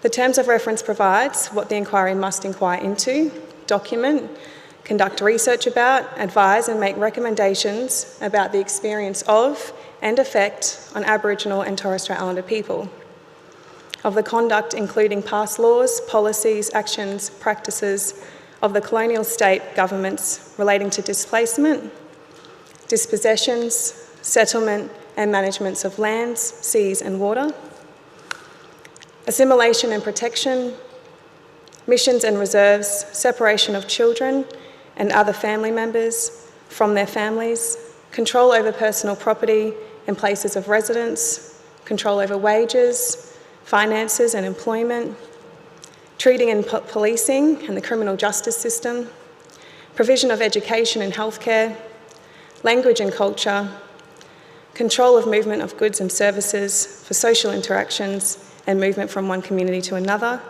control of marriages and courtship, and the opportunity to participate in the public, economic and social life of Queensland on each terms with the wider community, Queensland community. In relation to these matters, the inquiry will further inquire into the role of non-government, faith-based organisations and others in the colonisation of Queensland, including their involvement in the implementation of those laws, policies, actions or practices.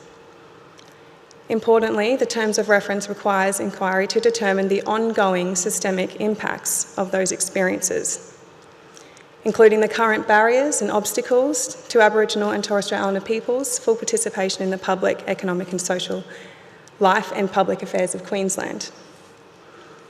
However, it should be acknowledged there are certain matters the inquiry may decide to exclude from the scope of the inquiry, a matter that may have already been the subject of another inquiry, investigation proceeding in a court or tribunal. The reason for this is to ensure the resources and the time available to the inquiry are best utilised to meet the mandates under the Act. Further, this inquiry stands on its own. It is First Nations driven and implemented, and as Mr Chair said, the inquiry was established independent of the government and First Nations led. As a people, we have been studied countless times, but not properly understood. When an inquiry is led and guided by its own people, the outcome will inevitably be different and have a lasting impact. A part of this impact is the other functions of the inquiry, which will include to consider how its inquiries and research could be used by Queensland schools and in higher and further education to develop curriculum and education materials so that the history of colonisation and its impacts is understood by current and future generations, to promote healing and reconciliation within the Queensland community, and to work with memory institutions such as the State Library of Queensland, the Queensland Museum Network, Queensland State Archives, and the Queensland Gallery of Modern Art, in relation to the local truth-telling activities that align with the work of the inquiry. Why are we investigating these issues? In fulfilling these functions, the inquiry must have regard to promoting public awareness and creating a deeper understanding of the history of colonisation of Queensland and its ongoing impacts on Aboriginal and Torres Strait Islander people, and the Queensland community generally. Their cultures, their histories, languages and traditions, and ongoing responsibility to their traditional lands, seas and waters. This includes purposeful engagement with the Queensland education systems to build capacity and impart understanding of the events and impacts of colonisation for current and future generations. The purpose of this is to reframe and strengthen the relationship between Aboriginal peoples and Torres Strait Islander peoples and the state, based upon genuine partnership and leadership from Aboriginal and Torres Strait Islander peoples and their representative bodies and community-controlled organisations to foster reconciliation and respect, to work towards a healed, reconciled Queensland upon shared understanding of the complete and full history of Queensland. It is to inform and contribute to improved policy service delivery outcomes for Aboriginal peoples and Torres Strait Islander peoples. So how is the inquiry going to do it? The Terms of Reference also provides the common themes and aspirations expressed by the Aboriginal and Torres Strait Islander communities as to how the inquiry will work. It highlights that before coming to truth-telling hearings and truth-telling sessions, as mentioned by Mr. Scott, the inquiry will and has already started to consult with Aboriginal peoples, Torres Strait Islander peoples and other relevant stakeholders. Consultation will not be a one-size-fits-all approach. It already is and will be an ongoing process with community at each and every step. Our community participation support team will work with community and other stakeholders to formulate an individualised and appropriate model for engagement to allow for the functions of the inquiry to be conducted in the safest and most meaningful way for all those involved. For example, the inquiry team has already travelled across parts of the north-east region, including Cherbourg and to Horn Island and Thursday Islands in the Torres Strait, where the members met with council and community leaders to begin the conversation as to how they would like to engage with the process. The process must be that our old people go first. Not only is it culturally appropriate, but it is one that when one contemplates our continued lower than average life expectancies, it is in fact a confronting reality. The stories of our people, their enduring resilience, excellence and leadership are passing with them without them having the opportunity to be heard and to be acknowledged. The inquiry must adopt a trauma-aware and healing-informed approach which considers existing research, strategies and policies like the Queensland Healing Strategy to minimise the risk of both physical and mental harm, psychological trauma or re-traumatisation to Aboriginal people and Torres Strait Islander people who wish to engage in the inquiry. The inquiry aims to be a safe, supportive and culturally appropriate place to share your experience and information. As such, all participants to the inquiry will be supported by Indigenous community protection support officers, social and emotional wellbeing officers, independent counsellors and have independent legal advice. How you engage with the inquiry will be led by how you as a participant would like to share your story. Other support services are also available, with processes being adaptable to suit the needs of each participant. The inquiry is insistent on not creating more harm, but to provide an opportunity to heal. To heal, it is important people hear facts and evidence and acknowledge it, listen, learn and validate the experiences being shared before we can move forward in a positive way. For Aboriginal peoples and Torres Strait Islander peoples, healing is a holistic process. It can address mental, physical, social, emotional, cultural and spiritual needs and involves connections to culture, family and land. Truth-telling can help people to overcome their trauma and act as a place of strength rather than a place of hurt. Further, while sharing and disseminating a true history of Queensland, the key objective of the inquiry, it cannot be overstated that the engagement in this process must be by free, prior and informed consent. Aboriginal peoples and Torres Strait Islander peoples and non-Indigenous Queenslanders are encouraged to participate voluntarily with a sense of control. It is also imperative that these stories, so courageously shared by participants, are protected and are only handled in a way that is permitted by those who share them. All material shared by participants will be accepted and treated with the most upright respect to Indigenous data sovereignty. That is, the right of Indigenous peoples to own, control, access and possess data that they derive for them. During the period of the inquiry will hold your information and data provided to us in accordance with applicable laws, including the Information to Privacy Act 2009. In the future, the inquiry may seek to implement Indigenous data sovereignty protocols which govern the collection, storage and use of First Nations peoples' information and how information is used, protected, accessed, shared now and into the future. Regarding the records held in memory institutions and other establishments, the inquiry will establish appropriate arrangements with the state and memory institutions to facilitate access to documents and other items that are held by the state and those institutions, to enable secure transfer that the inquiry's records, and it will also assist Aboriginal and Torres Strait Islander peoples to fully participate in the inquiry. Lastly, how to participate. Over the 3-year term of the inquiry, there will be many opportunities for all Queenslanders to engage in the truth-telling and hearing process. As I have said, the terms of reference require, in the first instance, the inquiry to consult with Aboriginal peoples and Torres Strait Islander peoples and other relevant persons as to how they wish to be engaged in the process. The consultation process has already begun, and in time, the inquiry will travel around Queensland, providing ample opportunity for those who wish to engage in the process to do so. As already outlined by Mr. Scott, the inquiry will hold truth-telling sessions and hearings to conduct inquiries into the effects of colonisation.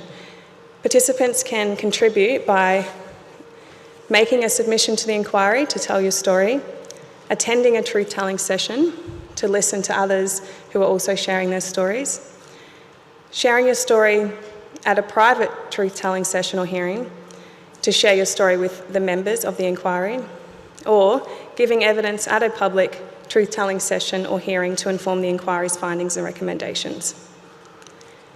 Participants can make a submission to contribute to the work. The inquiry will call for public submissions on its websites in the coming months. Anyone, and that is all Queenslanders, can make a submission about whatever they consider is relevant to the inquiry. Submissions can be in the form of written stories, comments, videos, or even art. The inquiry can also provide assistance to the members of the community to make those submissions. In terms of how you engage, it'll be a co-designed process in consultation with community and participants. It is a participant-led process. Broadly speaking, it won't always be in a grand venue like this. The inquiry acknowledges that grand and formal venues can be intimidating and want to ensure that participants' preferences are front of mind. As has been said, the most formal people can engage whilst being in a truth-telling hearing, where all 5 members will be present, and that is how the hearings will be conducted later this week. A less formal option is that people can engage either independently or as a group in truth-telling sessions, which only requires a minimum of 1 member from the staff of the inquiry team. These can take place anywhere that the participant is comfortable, for example, in a hall, around your dining table, or even outside. You can also play a more passive role by generally engaging by watching, listening, and keeping up to date with the inquiry's progress for our website and via social media. So how will the inquiry support your well-being as a participant? There will be both internal and external social and emotional wellbeing supports available, informed by the principles of safety, trustworthiness, collaboration, choice, empowerment and culture. The external supports include the participants will have access to free, independent First Nations counsellors, both male and female, before, during and after sessions and engaging with the inquiry. The counsellors are present for participants, staff and attendees. Some of our independent First Nations counsellors are here with us today to support members of the public, even for today's hearing. The inquiry will also have an internal social and wellbeing officer Section 72, subsection 2, requires that the inquiry to develop and publish trauma-informed procedures regarding truth-telling hearings and sessions. However, in line with our approach to create bespoke supports, the inquiry may depart from these practices to ensure that a truth-telling session or hearing is conducted in a culturally appropriate manner, having regard to Aboriginal and Torres Strait Islander customs and Elan custom. There is also a strong desire to offer participation with as little legal formality as possible to ensure that inquiries processes are accessible. Further, it may depart procedures to observe natural justice and procedural fairness. In addition to the internal and external supports, cultural agility training and trauma-informed practices training has already been provided to members, staff and council assisting. Apart from the obvious need for this training, it will ensure that all that are involved know the options for private sessions and hearings, when to use breakaway spaces that will be available, and how to holistically support participants in the most culturally appropriate way. That concludes the 4 areas that I wanted to cover with you this morning: what the inquiry is doing, specifically the terms of reference, why we are doing it, and how we are going to do it in a trauma-informed and culturally safe way, and how practically you can be a participant. The inquiry has already had many people come forward and wanting to share their evidence. It is perhaps a reflection of what I mentioned earlier, that our people are quite seriously dying for their story to be heard. Now that I have outlined the processes the inquiry has in place, you will see that to achieve our function, it is in its most trauma-informed, with free, prior and informed consent, in line with data sovereignty principles. This process takes precision and care and time. From Wednesday this week, the first set of truth-telling hearings will be conducted over 3 days. The stories cover a range of themes and geographically a broad coverage of Queensland. Some of the participants will appear in person, others are pre-recorded via video, and I encourage all Queenslanders to come and listen with curiosity and with an open heart, while some of the oldest, most courageous men and women come forward as the first participants of this inquiry. To end, I wish to leave you with this sentiment. Aboriginal peoples and Torres Strait Islander peoples have been studied for almost 250 years. Unfortunately, though, these studies have often been conducted through one-way glass with no sound. This is different. This is a time for you to give your story, your way, a way that recognises you as whole and celebrates the layered spiritual beings that we are. Again, I know you are tired, but now is not the time to rest. It is time to change the narrative so we can tell all Queensland children about the time we came together, listened, acknowledged the truth, and started to heal.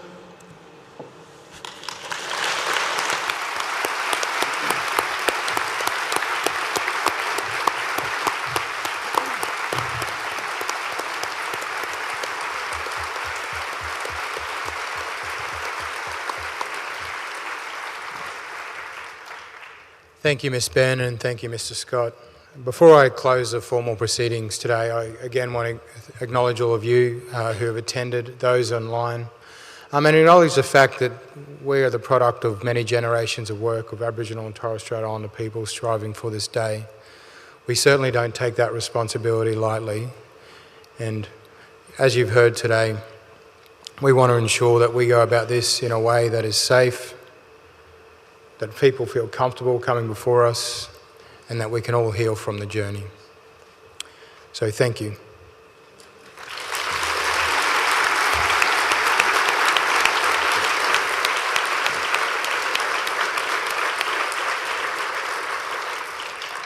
That ends the formal proceedings today, and thank you again for attending, and look forward to you coming before the inquiry in due course. Thank you.